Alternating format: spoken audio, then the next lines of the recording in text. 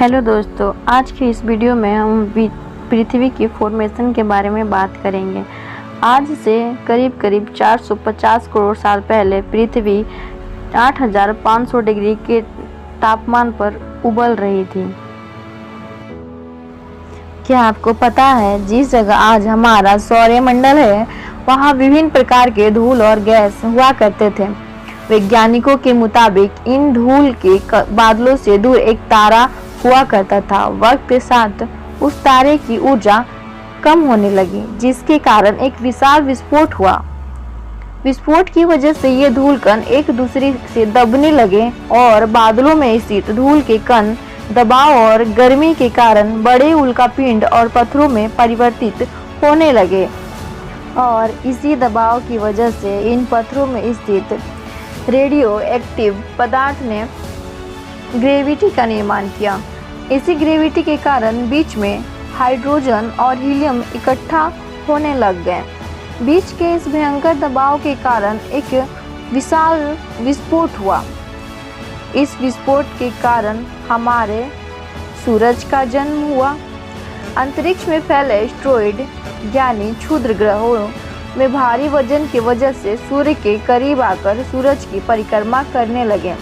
धीरे धीरे इन्हीं एस्टेरॉयड में भारी टकराव हुआ, जिसके फलस्वरूप मरकरी, वेनस, अर्थ और मार्स जैसे ग्रहों का निर्माण हुआ। वैज्ञानिकों के मुताबिक उस समय थिया नामक ग्रह अर्थ और मार्स के बीच में सूर्य की परिक्रमा करता था। पृथ्वी पर ग्रेविटी होने की वजह से सूर्य की परिक्रमा करने वाले एस्टेरॉयड अब पृथ्वी की परिक्रमा करने लग गए और धीरे धीरे करोड़ों सालों तक ये पृथ्वी पर गिरते रहे। इसी ग्रेविटी के कारण हमारे पड़ोसी ग्रह थिया पृथ्वी की ओर समीप आने लगा और आकर पृथ्वी से टकरा गया। इस भयंकर टकराव की वजह से पृथ्वी के हिस्से कणों के रूप में अंतरिक्ष में फैल गए और एक रिंग की तरह पृथ्वी की परिक्रमा करने लगे। इन्हीं परिक्रमा करते हुए कणों में टकराव होने लगा, जिसके कारण हमारे चंद्रमा का जन्म हुआ।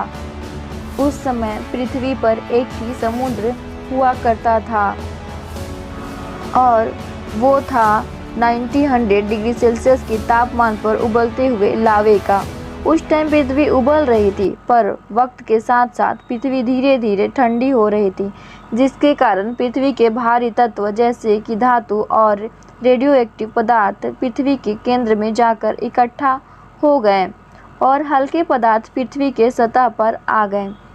लाखों सालों तक पृथ्वी पर उल्कापिंडों की बरसात हुई और इन गिरते हुए उल्कापिंडों में जमा था नमक, मिनरल और पानी। करोड़ों सालों तक इन उल्कापिंडों की बरसात होती रही और फिर पृथ्वी की ऊपरी सतह पानी से ढकने लगी।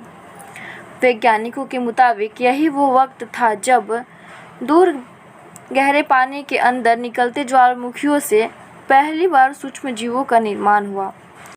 एक वक्त ऐसा आया जब पृथ्वी की पूरी सतह पानी से ढक चुकी थी।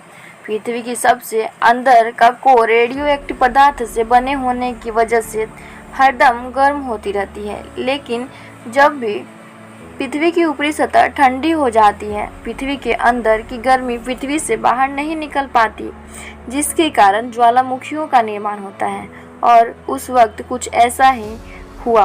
पानी से ढकी हुई पृथ्वी पर हजारों की संख्या में ज्वालामुखी निकलने लगे और आने वाले लाखों सालों तक इन ज्वालामुखियों का निकलना जारी रहा, जिसके कारण पानी के ऊपर जमीन का निर्माण हो रहा था और पृथ्वी पर वातावरण न होने की वजह से अंतरिक्ष से उल्कापिंडों की बरसात हो रही थी। आज से करीब 300 करोड़ साल पहले पृथ्वी पर ऐसा वक्त आया जब पृथ्वी का वातावरण लगभग स्थिर होने लगा था। ज्वालामुखी निकलने धीरे धीरे कम हो गए और पृथ्वी का एक दिन 12 घंटे का हुआ करता था। साल बीतते गए और धीरे धीरे ये सूक्ष्म जीव विकसित होते गए और समूह में रहने लगे। आज से लगभग 250 करोड़ साल पहले पहली बार पृथ्वी पर ऐसे जीवों का निर्माण हुआ जो जीने के लिए पानी के अंदर के मिनरल्स यानी खनिज पदार्थों का इस्तेमाल करते थे और मल त्याग के रूप में ऑक्सीजन बाहर निकालते थे। माइक्रोबैक्टीरिया की वजह से वातावरण में ऑक्सीजन की मात्रा बढ़ गई। वातावरण में ऑक्सीजन की मात्रा बढ़ने के कारण पृथ्वी का वायुमंडल बनना स्टार्ट हुआ। आने वाले हजारों सालों में वातावरण में ऑक्सीजन की मात्रा बढ़ती रही, जिसकी वजह से पृथ्वी की ज़्यादातर हिस्सों में ये सूक्ष्म जीव फैल गए। हजारों सालों बाद एक वक्त ऐसा आया कि पृथ्वी पर ज़्यादा ऑक्सीजन होने के कारण ये जीव मरने शुरू हो गए। कुछ वक्त तक पृथ्वी का वातावरण ठंडा होने के साथ साथ ऑक्सीजन से भी भर चुका था, जिसके कारण जमीन और वातावरण में स्थित आयरन यानी लोहे के मिनरल्स पानी में स्थित ऑक्सीजन से रिएक्ट होने लग गए। और एक वक्त ऐसा आया कि पृथ्वी की जमीन मार्स के जैसे लाल हो चुकी थी। जैसे जैसे वक्त बीता पृथ्वी के टेक्टोनिक प्लेट्स में दरार आने लगी, जिसके कारण पृथ्वी के अंदर का लावा जमीन की तरह लाखों सालों तक उबलते रहा खुले में। और यही वो कारण था जिसकी वजह से वातावरण में कार्बन डाइऑक्साइड की मात्रा बढ़ गई और पृथ्वी पर एसिड की वर्षा शुरू हो गई। एसिड रेन की वजह से पृथ्वी का तापमान घटने लगा और तापमान इतना घटा कि पृथ्वी के ऊपर का पानी बर्फ में तब्दील होने लगा। पृथ्वी पर पहली बार भयंकर आइस एज आया। इस वक्त पूरी पृथ्वी सफ़ेद बर्फ से ढक चुकी थी। आमतौर पर सूरज की किरणें ज़मीन पर गिरती हैं तब ज़मीन उस किरणों को सोख लेती है, मगर क्योंकि पूरी पृथ्वी बर्फ से ढक चुकी थी और बर्फ सफ़ेद और चमकीली होती है, जिसके कारण सूरज की किरणें पृथ्वी पर आने के बाद वापस चली जाती थी, जिसके कारण पृथ्वी कई लाखों सालों तक बर्फ से ढकी रही। लेकिन फिर से पृथ्वी के अंदर की गर्मी ज्वालामुखी के रूप में निकलना शुरू हो गई और ज्वालामुखियों के अंदर से निकलने वाली गर्मी ने बर्फ को गलाना शुरू कर दिया। लेकिन पृथ्वी की गहराई में बचे कुछ सूक्ष्म जीव अब बदल रहे थे।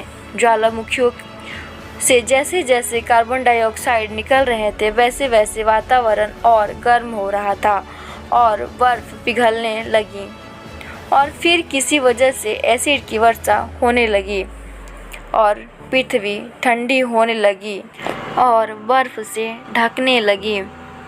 ऐसे ही कई हजारों सालों तक होता रहा और इसी बीच कई अलग अलग तरह के समुद्री जीव विकसित हो रहे थे और पृथ्वी के वातावरण के हिसाब से ढल रहे थे।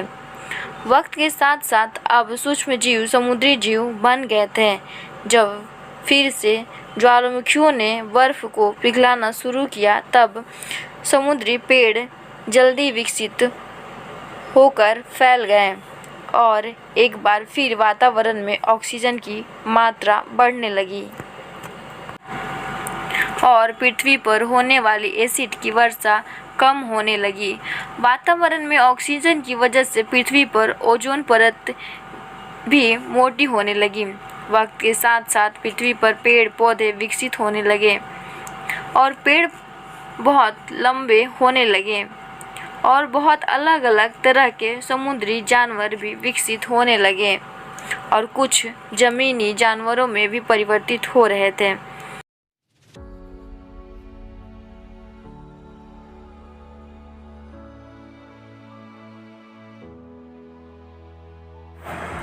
धरती की ज़्यादातर ज़मीन एक जगह इकट्ठी हो चुकी थी, जिसे हम पेंजिया महाद्वीप के नाम से जानते हैं। अब पृथ्वी का तापमान लगभग स्थिर हो चुका था और 21 से 23 घंटे का दिन हुआ करता था और अब डायनासोर जैसे बड़े जीव भी विकसित होने लगे। आज से लगभग 20 करोड़ साल पहले पेंजिया महाद्वीप टूटना शुरू हो गया। पेंजिया के विभाजन के कारण पृथ्वी की ऊपरी सतह पानी से संपर्क में आने लगी, जिसके कारण हरियाली बढ़ती गई और डायनासोर और भी भयानक और लंबे होते गए। डायनासोर ने 20 से 30 करोड़ साल तक पृथ्वी पर राज किया। जमीन और पानी और आसमान तक डायनासोर का राज था।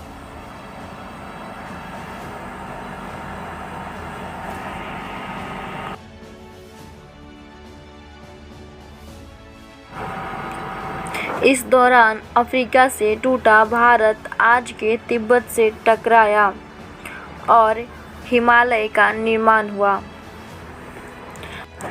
आज से लगभग 6.5 करोड़ साल पहले पृथ्वी की तरफ 4.5 लाख करोड़ केजी का उल्कापिंड 80,000 किलोमीटर प्रति घंटा के स्पीड से पृथ्वी की तरफ आ रहा था।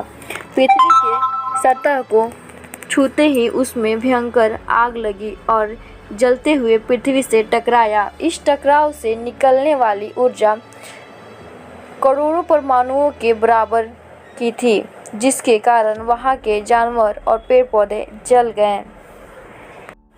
ये विस्फोट इतना भयानक था कि ये पूरे जंगल में आग को फैला दिया और कहीं पानी के कारण बाढ़ आने लग गए। उल्कापिंडों की बरसात होने लगी, पेड़ पौधे जलने लगे, जानवर मरने लगे और इस तरह से डायनासोर का अस्तित्व यहाँ पे ख़त्म हो गया। कुछ जानवर जो पृथ्वी के अंदर रहते थे बच गए। पृथ्वी के ज़्यादातर पेड़ और जानवर विलुप्त हो गए और फिर एक बार पृथ्वी पर एसिड की वर्षा हुई और पृथ्वी ठंडी होकर बर्फ से ढक गई। लेकिन इस बार 80 से 90 हज़ार साल बाद पृथ्वी बर्फ पिघलने लगे। वातावरण फिर पहले के जैसा होने लगा। जो जीव बच गए थे वो अब अलग अलग तरीकों से विकसित होने लगे। अफ्रीका के ठंडे घने जंगलों में बंदरों का राज था, लेकिन जैसे जैसे पृथ्वी गर्म होने लगी अफ्रीका के ये जंगल सूखने लगे और बंदरों को खाने की दिक्कत होने लगी। बंदर खाने की तलाश में अब पैरों पर चलना शुरू कर दिए, जिनसे उनको दूसरे जानवरों का शिकार करने में मदद मिलती थी। धीरे धीरे बंदर वानर में परिवर्तित हुए। खाने की तलाश में ये वानर पृथ्वी के दूसरे हिस्सों में फैलने लगे और धीरे धीरे इनका रंग रूप मौसम के हिसाब से बदलने लगा। बीतते वक्त के साथ साथ हथियारों से लेकर आग तक का आविष्कार किया। हम धीरे धीरे इंसान के रूप में विकसित हुए और पृथ्वी को आज के जैसा बनने में 450 करोड़ साल तक का वक्त लगा।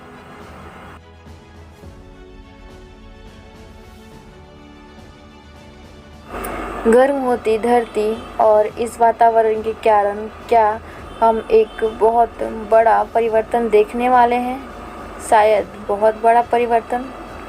कैसा लगा आपको ये वीडियो हमें ज़रूर बताएं। तब तक के लिए धन्यवाद। मिलते हैं नेक्स्ट वीडियो में।